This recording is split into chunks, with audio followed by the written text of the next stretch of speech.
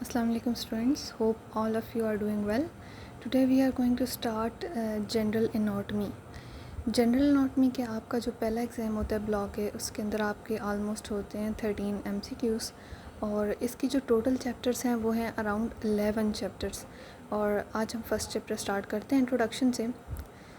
First paragraph के अंदर आप देख सकते हैं इसमें दो ही इम्पोर्टेंट लाइंस हैं। फर्स्ट ऑफ ऑल एनाटॉम, एनाटॉमी का वर्ड जो है वो एनाटॉम से ड्राइव हुआ है जिसका मतलब है कटिंग अप।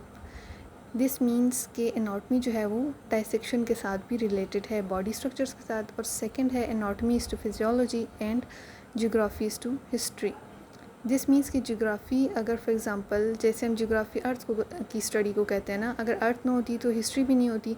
इसी तरह से अगर एनाटॉमी यानी बॉडी के स्ट्रक्चर्स ना होते तो फिजियोलॉजी भी ना होती, यानी ये आपस में इस तरह रिलेटेड हैं। नेक्स्ट हम आते हैं सब डिविजन्स ऑफ एनाटॉमी के ऊपर। फर्स्ट ऑफ ऑल इस कैडावेरिक एनाटॉमी, ये हमारी जो स्टडी होती है डेड एम्बाल्म्ड बॉडीज़ के ऊपर, यानी जो डेड बॉडीज़ होती हैं उन पे जो स्टडी होती है उसे कहते हैं कैडावेरिक एनाटॉमी। इसकी दो टाइप्स हैं, regional anatomy and systemic. Regional anatomy हमारी हर रीजन की आ जाती है, for example upper limb, lower limb, thorax, यानी इसमें डिफरेंट रीजन्स ना, या आर्म्स की स्टडी होती है, या लेग्स की, या एब्डोमेन की, हेड एंड नेक की, ब्रेन की स्टडी, या एक स्पेसिफिक रीजन की स्टडी होती है। इसके बाद हमारा आता है नेक्स्ट सिस्टमिक एनाटॉमी। ये दोनों पार्ट्स हैं कैडावेरिक की। सिस्टमिक के अंदर हमारे पास डिफरेंट सिस्टम्स हैं, लाइक ऑस्टियोलॉजी यानी हमारी स्केलेटल सिस्टम की स्टडी, मस्कुलर सिस्टम अगर हम स्टडी करते हैं उसे मायोलॉजी कहते हैं। इसी तरह से न्यूरोलॉजी है, नर्वस सिस्टम की स्टडी, इसमें डिफरेंट सिस्टम्स की स्टडी आ जाती है। सिस्टमिक एनाटॉमी इसी वजह से इसको कहते हैं। फर्स्ट था हमारे पास कैडावेरिक, उसकी दो सब टाइप्स थी। अब नेक्स्ट है लिविंग एनाटॉमी। लिविंग एनाटॉमी में हम स्टडी करते हैं पाल्पेशन को, परकशन को, ऑस्कल्टेशन और एंडोस्कोपी वगैरह। पाल्पेशन मींस कि आप किसी सरफेस के ऊपर स्लाइड से प्रेशर अप्लाई करके कोई साउंड डिटेक्ट करें या लंग्स की साउंड सुनना चाहें। परकशन का मतलब ये होता है कि आप अपनी हैंड्स या फिंगर्स को, जैसे अगर लंग्स पे आप थोड़ा सा टकराते या रिप्रेशर के साथ देते हैं तो आपको लंग्स की वॉइस आएगी, साउंड प्रोड्यूस होगी। सेकंड, ऑस्कल्टेशन का मतलब ये होता है कि आप जो है वो स्टेथोस्कोप के थ्रू साउंड सुनते हैं। फॉर एग्जांपल हार्ट बीट हो गई, लंग्स से साउंड सुन रहे हैं। इसी तरह रेडियोग्राफी, इलेक्ट्रोमायोग्राफी एक्सेट्रा। एम्ब्रियोलॉजी जो है वो प्री नेटल डेवलपमेंट होती है किसी भी इंडिविजुअल की, यानी बर्थ से पहले की जितनी भी चेंजेस हैं उनको इस स्टडी को हम एम्ब्रियोलॉजी कहते हैं। उसमें ऑन्टोजेनी एंड फाइलोजेनी आती हैं। Ontogeny means developmental history and phylogeny means जितनी भी एवोल्यूशन बॉडी के अंदर आई है बर्थ के बाद, इसमें ये दो पार्ट्स आ जाते हैं। अभी तक हमारे पास ये तीन हो गए, कैडावेरिक, लिविंग एनाटॉमी, एम्ब्रियोलॉजी, ये तीन सब टाइप्स हो गई हमारे पास। इसके बाद जो नेक्स्ट आता है हमारे पास, उसमें स्टार्ट होती है जी histology. Histology is the study of structures under microscope. Simple आप जो है वो स्लाइड्स को, जैसे ये एग्जांपल भी है, आप स्लाइड्स को जो है माइक्रोस्कोप के नीचे रख के इस तरह से इन्हें देखते हैं, इसकी स्टडी को हिस्टोलॉजी कहते हैं। इसके बाद आता है सरफेस एनाटॉमी। जैसे मैंने पाल्पेशन का बताया था, किसी आर्टरी को आप पाल्पेट करते हैं बॉडी के किसी भी पार्ट में, इसको सिंपल कहते हैं सरफेस एनाटॉमी। या इन्फ्लेमेशन वगैरह हो गई, उसको ऑब्ज़र्व करने को, जैसे डोर्सैलिस पेडिस आर्टरी है फुट में, इसको आप पाल्पेट करते हैं तो इसको हम सरफेस एनाटॉमी कहते हैं। सही हो गया। इसके बाद हमारे पास नेक्स्ट जो आती है वो है,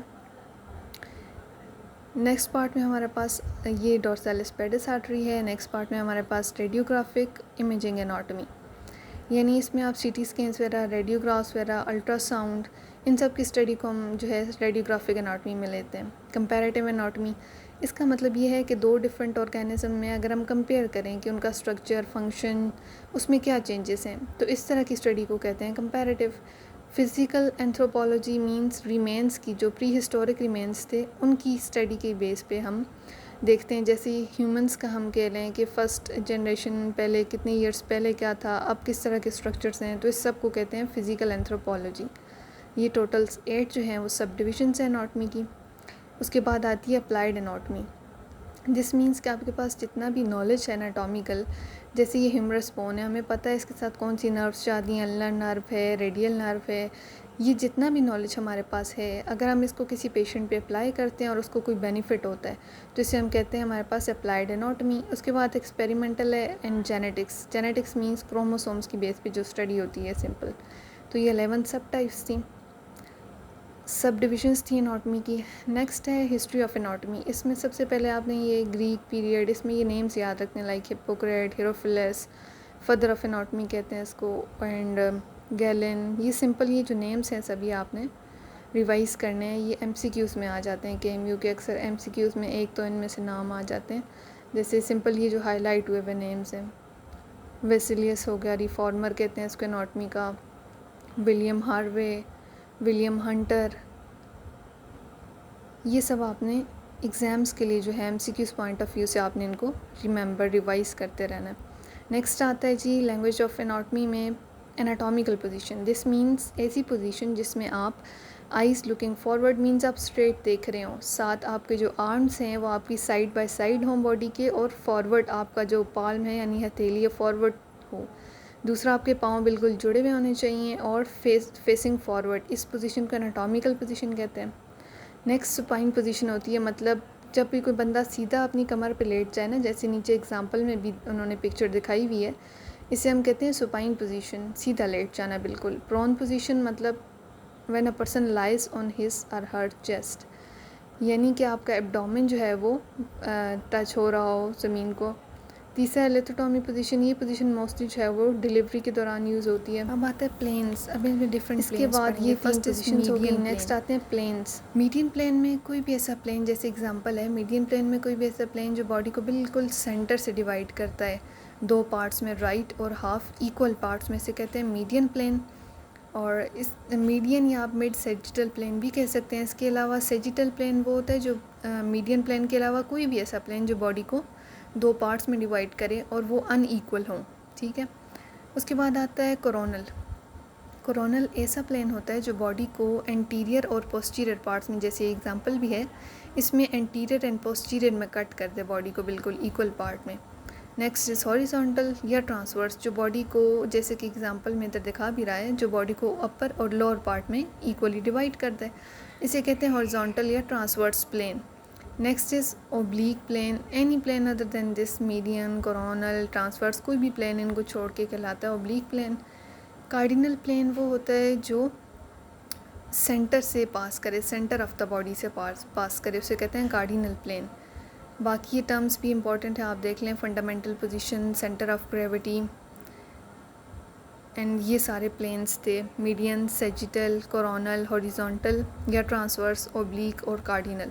इन सब प्लेन्स को आपने याद रखना बहुत ज़रूरी है, बिकॉज ये एग्ज़ाम्स में आ जाते हैं। ऑस्पीस में भी इन एग्जामिनर्स जो हैं वो इनसे क्वेश्चंस करते हैं, तो इनको याद रखना ज़रूरी है।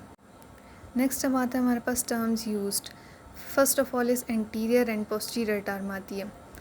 एंटीरियर का मतलब ये है कि यहाँ पे इस एग्जांपल में देखें, इस बॉडी का जो फेस, चेस्ट और ये जो पार्ट आगे है ना फ्रंट पे, इस पार्ट को कहते हैं एंटीरियर, और जो पीछे का पार्ट है हेड, नेक, बॉडी का, उसे कहते हैं पोस्टीरियर या डॉर्सल। तो इस तरह से एंटीरियर या वेंट्रल और पोस्टीरियर या dorsal. Next is medial plane और लैटरल प्लेन। इस एग्जांपल में आप देखें, मीडियल का मतलब ये है कोई भी प्लेन जो इस मीडियन प्लेन के करीब हो उसे मीडियल कहेंगे, और इसके अलावा कोई भी प्लेन जो इस मीडियन प्लेन से लैटरल जो है, जो इस मीडियन जो सेंटर में लाइंस को कट कर रही है उससे अवे हो, मींस ये कि away from the median plane, यानी ये मीडियन प्लेन से थोड़ा सा दूर हो, उसे हम कहेंगे लैटरल प्लेन। इस तरह से हमारे पास आते हैं मीडियल और lateral plane, means near to the median plane, और लैटरल वाला जो है वो मीडियन प्लेन से कोई भी दूर अगर बॉडी का पार्ट है वहाँ से हम रिलेट करें तो उसे कहेंगे lateral to the median plane. आता है proximal, that is close to the head end of the body, and distal, that is lower end of the trunk. यहाँ पे प्रॉक्सिमल कोई भी ऐसा बॉडी के अंदर आर्टरी, वेन वगैरह जो हेड के करीब होगी उसे हम कहेंगे प्रॉक्सिमल या क्रेनियल, बिकॉज जो हमारा हेड है उसकी बोन को कहते हैं क्रेनियम। एंड सेकंड जो है वो फुट की तरफ हम जाएं तो वहाँ पे हम किसी भी स्ट्रक्चर कहेंगे तो डॉर्सल कहेंगे। सुपरफिशियल का मतलब होता है जो स्किन या towards the surface of body, यानी स्किन के करीब करीब हो, एंड डीप वही हो गया जो स्किन से थोड़ा नीचे अंदर बॉडी की तरफ थोड़ा डीप हो, उसे कहेंगे। अब नेक्स्ट हमारे पास आता है ipsilateral and contralateral. Ipsilateral means on the same side. For example जैसे कि हम कहें कि बॉडी का अगर राइट साइड का जो आर्म है और उसका जो राइट साइड का लेग है वो दोनों आपस में क्या है, इप्सिलेटरल हैं। ठीक हो गया। एंड अगर हम कहें कॉन्ट्रालेटरल के लिए, कॉन्ट्रालेटरल का मतलब ये है कि उसका जो अगर हम राइट साइड का आर्म और लेफ़्ट साइड की लेग लेते हैं उन दोनों का रिलेशन आपस में कॉन्ट्रालेटरल है, मीन्स ऑपोजिट। इसी तरह इस एग्जांपल में देखें तो यहाँ पर ipsilateral means same side, like right arm और राइट लेग इप्सिलेटरल हो जाएंगे आपस में। और अगर हम कहें कि राइट आर्म और जो उसका लेफ़्ट लेग है वो आपस में क्या हो जाएंगे, कॉन्ट्रालेटरल हो जाएंगे, यानी दोनों क्या हैं, आपस में ऑपोजिट हैं। इसके अलावा इन्वेजिनेशन मीन्स प्रोजेक्शन इनसाइड, जैसे कि एग्जांपल भी है, इनसाइड प्रोजेक्ट हुआ हुआ है। और सिंपल सा जो है वो इमेजिनेशन है विच मीन्स प्रोजेक्टिंग आउटसाइड, जैसे कि आउटसाइड प्रोजेक्ट हुआ हुआ है। तो यहाँ तक थे terms used in relation to trunk, neck and face वगैरह, ये थोड़े से इंपॉर्टेंट हैं। ये आपको आगे अपर लिम्ब और लोअर लिम्ब में भी काफ़ी यूज़फुल रहेंगे। तो thank you very much for your time.